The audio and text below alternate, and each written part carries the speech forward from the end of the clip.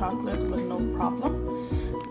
Okay, I will go ahead and pour these into melt. I also have these bags at Michael's for approximately $2.99. Of course, if you have the coupon, it's less. I usually get out of one mix, I get approximately 25 cake pops, and I get my sticks on Amazon or sometimes at the 99-cent store. It will take a few minutes for it to melt. If you have a microwave, you can go ahead and put them in a bowl, melt them 15 seconds at a time, maybe a little less. Take it out, stir it, put it back in, another 15 seconds until you get it as soft as you can.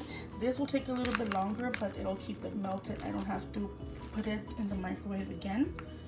And if you do microwave it, depending on how the room temperature is, they might stay soft long enough, or it might start getting hard again. So I highly recommend one of these.